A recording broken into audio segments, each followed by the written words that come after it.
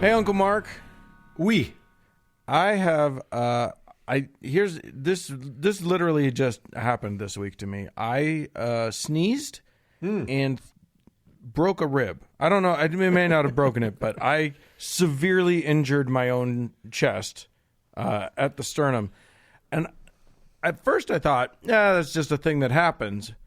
But now I'm wondering if maybe there was some sort of evil behind Malevolent force. Yeah. Well, first of all, let me reply as my father always replied whenever we were injured. Well, that was a damn stupid thing to do.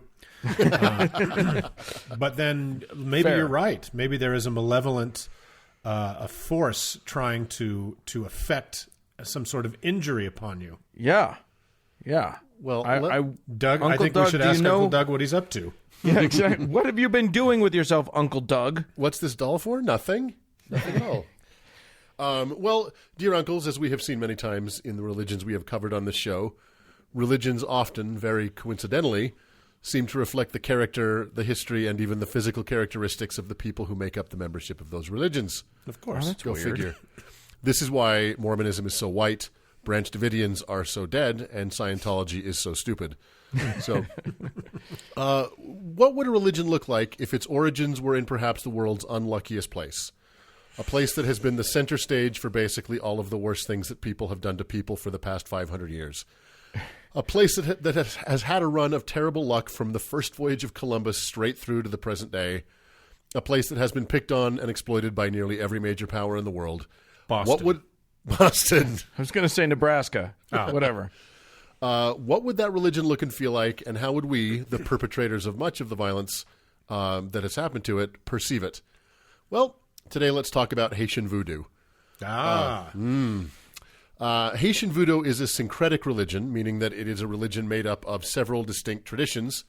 And while it's easy to argue that every religion is made up of several older distinct traditions, syncretism refers more or less to religions influenced by other traditions and more to two distinct religions colliding like two oncoming trains and creating something completely different, which Haitian Vodou certainly is.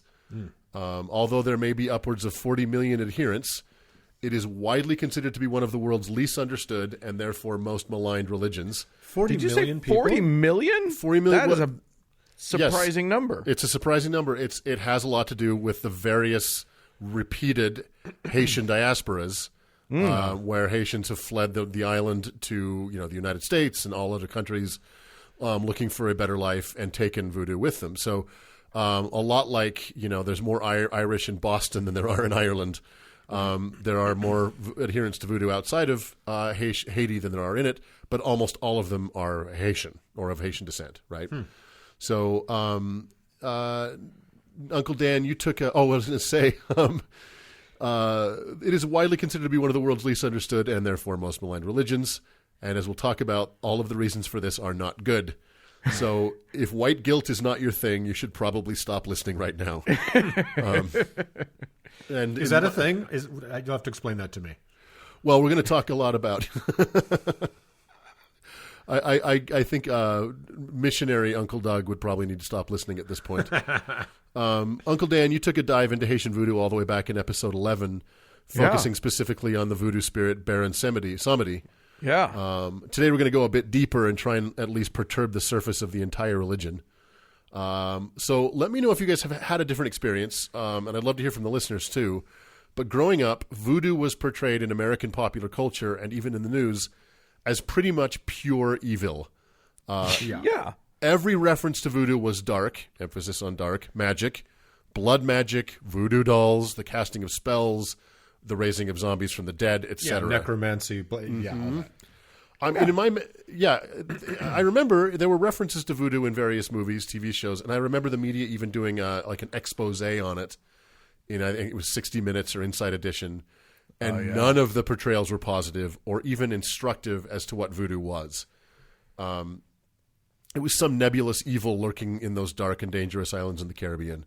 Yeah, it was either going to be like the butt of a joke, as it was in the movie that I just saw. I just rewatched The Jerk, and there was that one little moment where, they got married, and they were both glad they had a religious wedding. The guy that lived in the building happened to be a minister, and then he's like a big voodoo guy or whatever.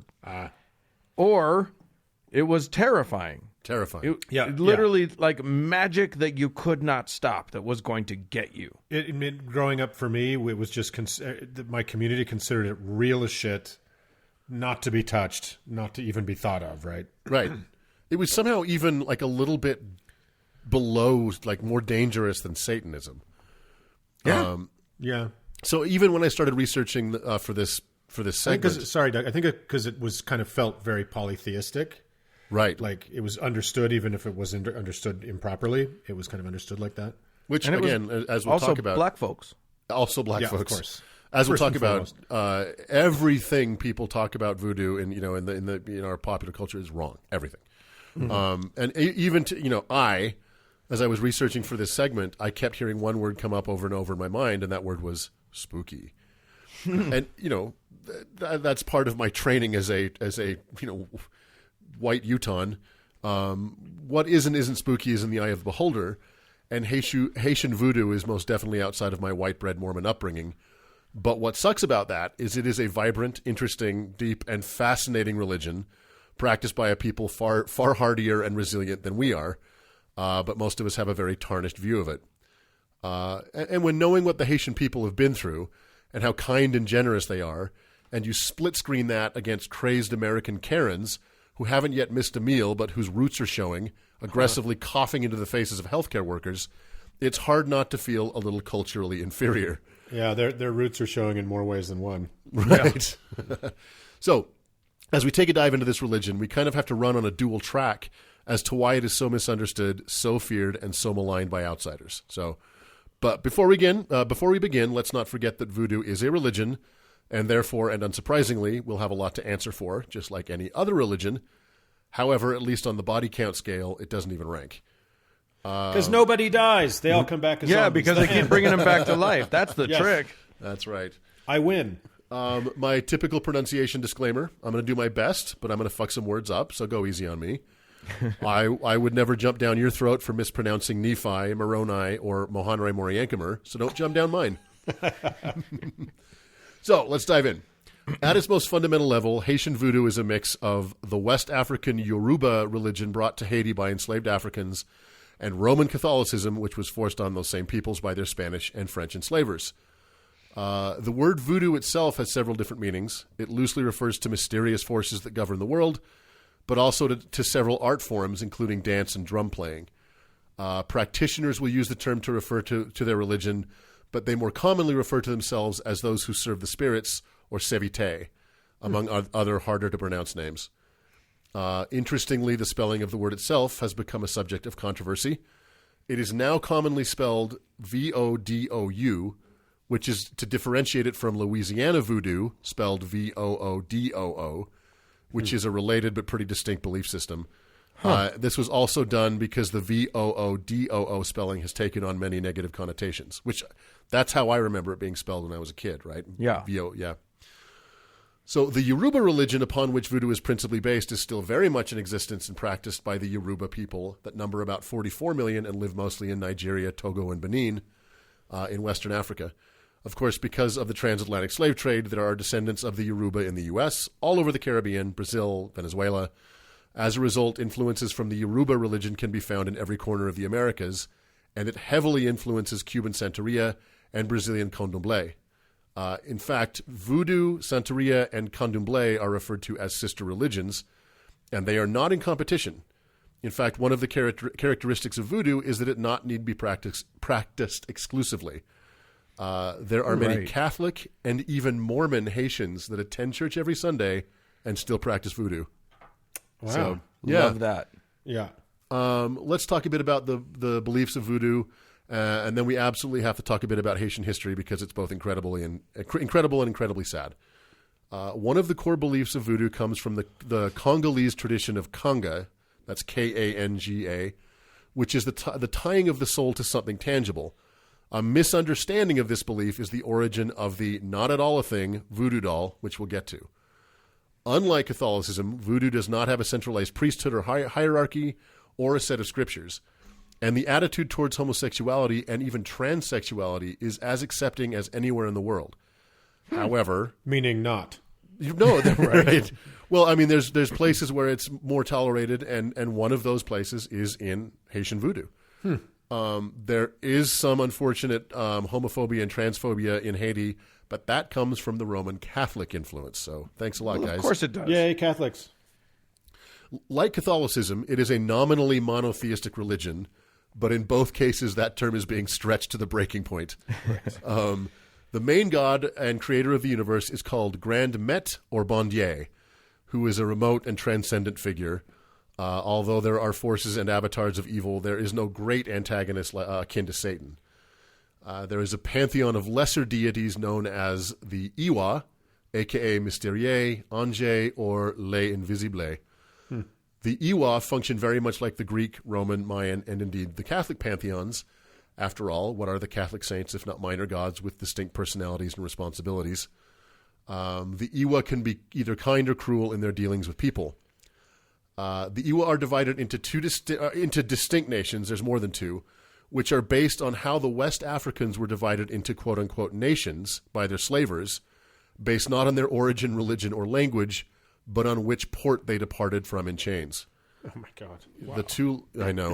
The two largest groups of Iwa are the Rada and the Petwo.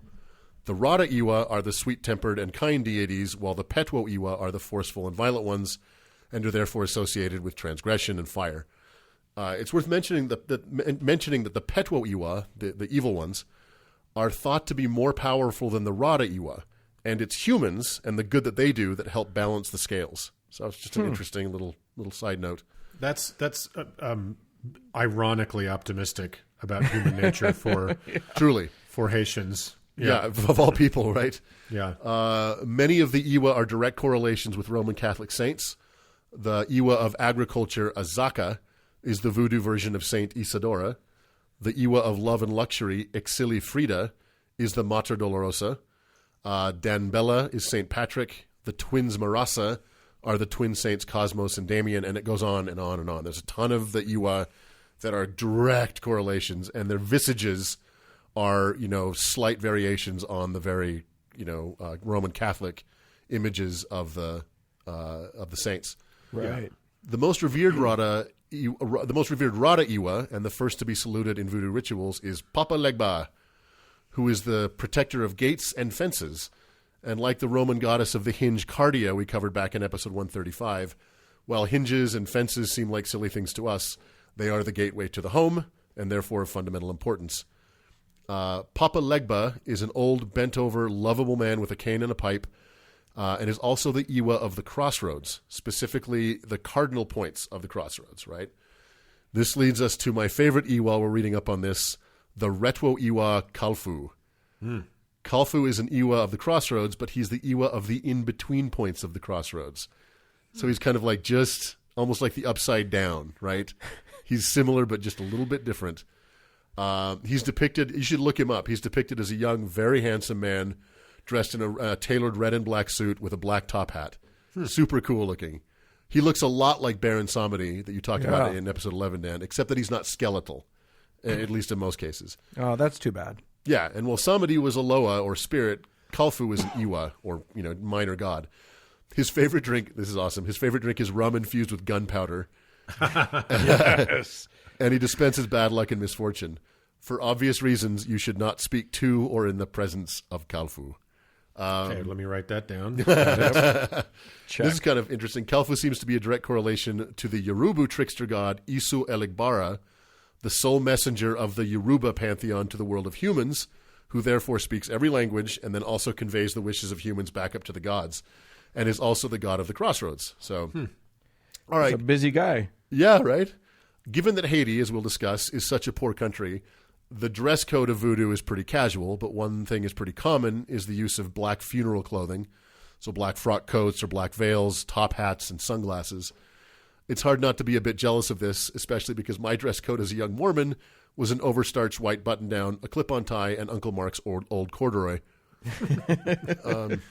Here's the thing. Voodoo focuses on kindness, generosity, calmness in the face of conflict, the family, the elderly, the community, a wholeness of being, and healing. So, where does Pussy. this... right? So where does this reputation of an evil religion full of satanic rituals and possessions come from? Well, there's more than one reason, and like I said earlier, ain't none of them good. Voodoo ceremonies called dans, and not Uncle Dan's, but it's a Creole word for dances, consist of a ridiculous amount of drum playing and dancing, which at the best of times made European slavers uncomfortable. The drums are such an important part of voodoo that if you want to play one at a ritual dan, it takes years of apprenticeship to get there, and sometimes offerings are made to the drums themselves. This frenetic and unending dancing is meant to induce a trance-like state that would allow for corporal possession by an Iwa. This possession is seen as a positive thing in voodoo, but to outsiders it can be unsettling. When someone is possessed by an Iwa, their own soul is pushed aside for the duration of the possession. The possessed person is then dressed in the garb of the Iwa possessing them, and they take on the facial expressions and mannerisms of that Iwa. They become the central part of the dan, and everyone dances around them and kisses the ground in front of them. So it's not hard to understand why this would spook the fuck out of Phyllis Schlafly. Voodoo is trinket heavy, so altars and ceremonies feature all kinds of images, beads, statues, and talismans. The fact that the images are often Catholic saints, the beads are often Catholic prayer beads, the statues are often of Jesus, and the talismans are often crosses, has not sat terribly well with the Catholic authorities throughout the centuries. And that was probably how they could hide their worship, right? Very much so. Yeah, yes, it's a subversive act, right? It's truly that's one of the ways that they were able to camouflage their religion. Yeah, but it's also a sense of like you've got somebody teaching you a whole bunch of like rituals and you've got a whole bunch of like built-in stuff that sounds kind of cool, and so you might as well just incorporate it. Well, and that's the Yoruba religion, of which the African part of this religion is based, had that attitude. Like it just oh, that's an interesting story, come on in, right? Yeah. They didn't necessarily try and defeat each other. They all kind of incorporated each other. But we have to talk a bit about the issue of animal sacrifice. Voodoo practitioners love them some animal sacrifice. The Iwas must be fed, and each Iwa has his or her favorite food and drink. Some like eggs, some like tubers, some like rum, but some like freshly slaughtered chickens and goats. So, to be fair, though, the emphasis of these sacrifices is the transference of the animal's life force to the Iwa, rather than on just the spilling of blood like the ancient Jews. But these sacrifices are ritual and so are often painful and needlessly cruel. This aspect of voodoo has done little for its reputation abroad. And given its history and poverty, perhaps we can see that cutting off the head of a chicken for a ritual from time to time, rather than, say, for dinner, may not be as much of a stretch after all. But I'm not here to condone animal cruelty. I feel like, I'm guessing you might correct me, Doug, I feel like they're not really looking for converts. It's not an evangelistic religion at all. In fact, it's so dissimilar to what we would consider to be, in our Western sensibilities, a religion, that it's kind of hard to wrap our heads around. But no, they're not trying to get people to join. Yeah. And I especially think people like us. Given our addiction to mechanized meat production and the nonchalance we pay to the suffering of the animals and the people responsible for meat packing, doesn't leave us with a lot of ground on which to judge. No. There are several... no, I can still judge. I'm still pretty good at that, regardless. He was raised Mormon. There's very well-exercised muscles. Yeah. There are several very fringe practices or rumored fringe practices that have contributed to voodoo stigma. One, of course, is the rumor of voodoo zombification. That's the best part. That's why I joined up. While certain drug cocktails are sometimes used in the dans to help participants achieve that trance-like state, the false rumor of zombification was popularized by an anthropologist named Wade Davis in a book titled The Serpent and the Rainbow. This book and Davis's research into a drug called tetrodotoxin and its use in these rituals has been widely discredited. But that didn't stop Wes Craven from making a movie based on the book starring Bill Pullman that did not paint Haitians in a particularly favorable light. But to be fair to Wes Craven, being a horror movie director, he meant no more harm to the Haitian people than he meant to the residents of Elm Street. So, as I mentioned earlier, there is the ubiquitous voodoo doll. Although voodoo practitioners believe that the soul can be tied to something in the tangible world, the voodoo doll is a bastardization of this belief. Voodoo is not at all about causing pain or exacting revenge, but the belief by outsiders in this practice has become so pervasive that voodoo dolls are sold as tourist attractions in Haiti to make a quick buck off the credulous. Of course. Yeah, of course. The widespread conception that this is what voodoo is about has not done much for its reputation, but it is not a thing. Voodoo dolls are not part of voodoo. And lastly, there is perhaps the most nefarious reason that voodoo has such a bad reputation in white America and Europe, and that's Haitian history itself. Yeah. I mentioned at the beginning what an awful history Haiti has had, and as widely known as that history is, no discussion of voodoo can be complete without touching on it. So Haiti's run of colossally bad luck began on December 5th or 6th, 1492, when the indigenous Taino people woke to see 3 enormous wooden ships off their coast. Yeah. They would have the terrible luck to be one of the first places that Christopher Columbus would set foot in the Americas, and the even worse luck to be the first place that he founded the very first European settlement in the Americas. For a deeper dive into what a historically monumental fucker Christopher Columbus was, go back and listen to Uncle Mark's segment in episode 55. In an echo of what would come, the settlement, Navidad, was overrun and destroyed by the natives before Columbus could return with reinforcements the next year. However, the island would be occupied and the inhabitants decimated by the Spanish and eventually the French, who in 1697 divided it in half, a divide which remains today between Haiti and Dominican Republic. The indigenous people, having been nearly wiped out by disease, were not suitable workers to man the gold mines or the sugar and tobacco plantations, so African slaves were brought in by the tens of thousands from West Africa. It was at this point that voodoo was born, partly because the religions, like we just talked about, of Africa at the time were not very exclusive, and very much because, like Uncle Mark said, this was a way for them to camouflage their religion and hang on to it. They could enthusiastically embrace the religion of their captors and in this way protect theirs. So, fun stuff. Yeah. Yeah. In 1791, the enslaved and free people of Haiti rose up and launched the Haitian Revolution. This conflict lasted until 1804 when Toussaint Louverture defeated the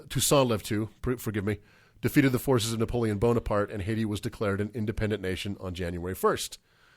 Now, this should be a really cool, this should be one of history's great stories. It is an amazing story. It is incredible. It was the first free black republic, formerly slave. The second republic in all of the Americas after the United States. Yeah.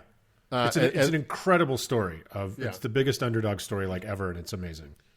And it was the first country to abolish slavery and the only country in world history established by a successful slave revolt.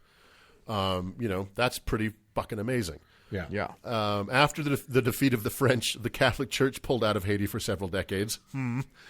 It seems that Darn. It seems like forcing your religion on others at the point of a gun loses its luster when the guns go away. This gave voodoo a foothold for several decades to become the national religion of Haiti, which it remains to this day. Really? Yeah. That's fantastic. Yeah. Yeah. The revolution is a point of enormous and deserved pride in Haiti even now. However, this embarrassment to American and European slave-owning states would never be forgotten and helps explain the suffering that was to come, as well as the widespread stigmatization of voodoo. In order to make an example of Haiti and dissuade others from following the same path, Haiti was isolated internationally and forced to pay massive war reparations to France. The United States invaded Haiti in 1915 and occupied the country until 1934, before leaving it pretty much no better than they had found it, which seems to be a pattern of ours. The U.S. has intervened militarily, financially, politically, and economically in Haitian affairs an unknown number of times, almost never for the better. But according to Howard Zinn, our interventions in Haiti have been pretty much continuous since the revolution. After our official occupation ended, several years of chaos ensued until Francois Papadoc Devoyer took power in 1956.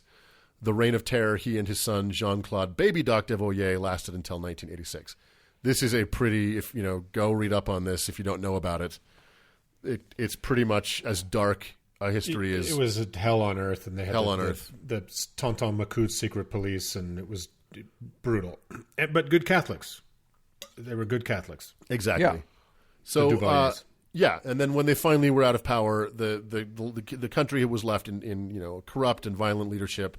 And then, of course, there was the earthquake in 2010 that killed around 250,000 people and pretty much flattened the country. So it hasn't really caught a break, in spite of having one of the probably, truly one of the proudest moments any nation could ever have.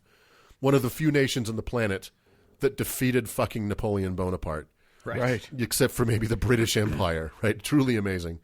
So, is it any wonder that they have clung to their native-born religion with their fingernails and refused to let the religion of those who had so damaged the nation dominate? Is it any wonder that this religion would be based on healing and family? And also, is it any wonder that stigmatizing voodoo as a dark magic has been so pervasive in America? Could it be the latent racism and resentment for free black Africans in our DNA? Could it be resentment of slaves taking their fate into their own hands? Could it be religious jealousy that anyone would reject our Christian Lord? Could it be subconscious revenge for their revolution? The answer is yes. So, yeah, it's a truly remarkable religion and remarkable history, and so maligned, so terribly maligned by us in the West. So. Yeah, I had no idea there were potentially that many adherents. Yeah. That's huge. But that's the thing is, you can be, in fact, I forget who it was. It was a Haitian writer said, in order to be a good practitioner of voodoo, you have to be a good Catholic. So, like Mormons, you can't be a Mormon and a Catholic.